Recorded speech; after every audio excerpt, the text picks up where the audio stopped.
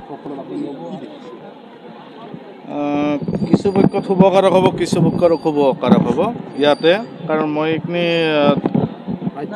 ৰাজ্যখনত, গতিকে প্ৰাকৃতিক দুৰ্যোগত মাত্ৰা বৃদ্ধি বেছি হ'ব।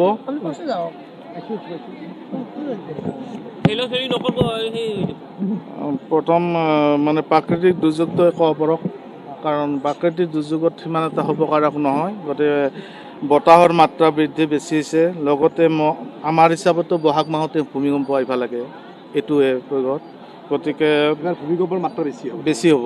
গতিকে ঘূৰ্ণী বাতৰ মাত্ৰাটো বেছি, যোৱা বছৰো এইটো হৈ আছিল, এইটো বছৰতো সেইখিনিয়ে প্ৰভাৱ পৰি আছে। গতিকে গ্ৰহ সঞ্চাৰ হয় নাই সেই স্থানখিনিলৈ। গতিকে গ্ৰহ সঞ্চাৰ নহ'লে যিমান দিনলৈ থাকে সেই টাইমলৈ তাৰমানে কি বতাহ, ঘূৰ্ণী বতাহ, শিলাবৃষ্টি এইবিলাক চলি থাকিব। গতিকে 2027 চন এপ্ৰিলৰ 4 তাৰিখলৈ তাৰমানে দশাটো চলি আছে। এইটো প্ৰাকৃতিক যোনটো দুৰ্যোগ হ'ব এইটো আমাৰ সেইখিনি পক্ষৰ কাৰণে। গতিকে শৰীৰত কিছুমান ক্ষেত্ৰত মানুহৰো শাৰীৰিক ৰোগৰ মাত্ৰা এই বছৰটো বেছি হ'ব, কাৰণ যিহেতু ৰবি এই বছৰ ৰজা হৈছে, ৰক্তকাৰক গ্ৰহ এই বছৰত ৰজা হৈছে। তেওঁ আদি, তেওঁৱে সূৰ্য, তেওঁৱে পিতা। গতিকে শৰীৰত ৰোগৰ মাত্ৰা বেছি, বেছিভাগ ৰোগ হ'ব উদৰ পীড়া, চকু আৰু দণ্ড ৰোগৰ মাত্ৰা বৃদ্ধি বেছি হ'ব দিছে। শৰীৰৰ মানুহৰ মানসিক কষ্টটো বেছি হৈছে, যিমানে সুখ থাকিব সিমানে অশান্তি পাব এই বছৰ। ৰ'দৰ তাপমাত্ৰাটো বৃদ্ধি বেছি হ'ব এই বছৰত, তাপৰ মাত্ৰা বৃদ্ধি হ'ব। লগতে ৰবি আৰু শুক্ৰ সংযুক্ত হোৱাৰ কাৰণে কীট পতংগৰ মাত্ৰা বৃদ্ধি বেছি এইবাৰ। গতিকে কীট পতংগৰ পক্ষৰ পৰা এই বছৰত কৃষি সমগ্ৰ এইবিলাকো ধ্বংস হ'ব পাৰে তাৰ পক্ষৰ কাৰণে সেইখিনি। গতিকে বানপানীৰ ক্ষেত্ৰত আপোনাৰ ঠাই বিশেষে এইবাৰ বানপানী হ'ব, কাৰণ পানীৰ মাত্ৰা এনে হিচাপত খুব কম হৈছে, 50 পানী হৈছে। গতিকে পৃথিৱীত হৈছে 10 পানী।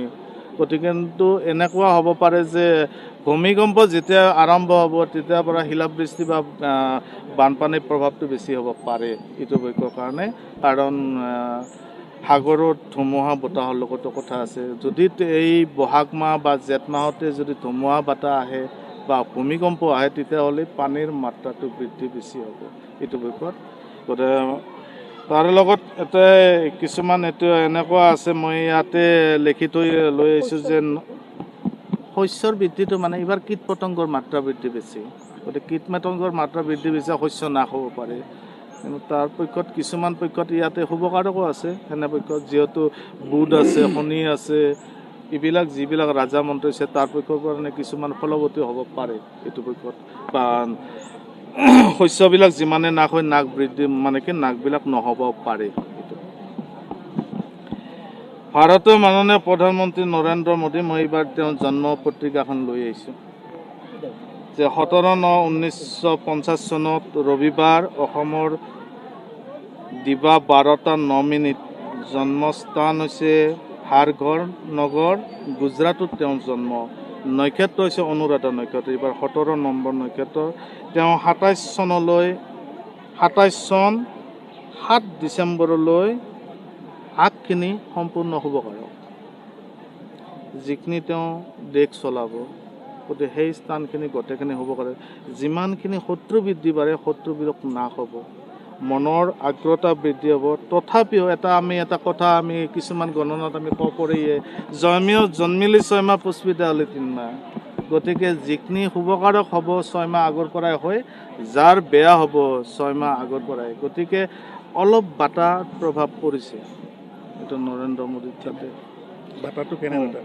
এইটো হৈছে আপোনাৰ গুপ্ত শত্ৰু বৃদ্ধি, মানসিক কষ্ট।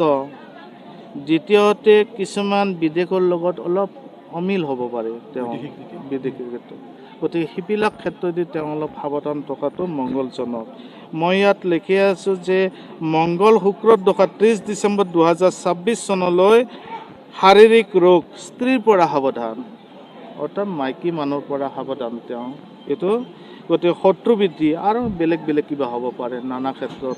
এইটো আপোনাৰ 30 ডিচেম্বৰ 2026 চনে, কাৰণ দশা সম্পূৰ্ণ হ'ব কাৰণে স্ত্ৰীকাৰক দশা চলি আছে। মংগল শুক্ৰৰ দশা চলিছে, শুক্ৰটো স্ত্ৰীকাৰক গ্ৰহ। গতিকে স্ত্ৰী পক্ষৰ পৰা সাৱধান থকাটো শুভকাৰক।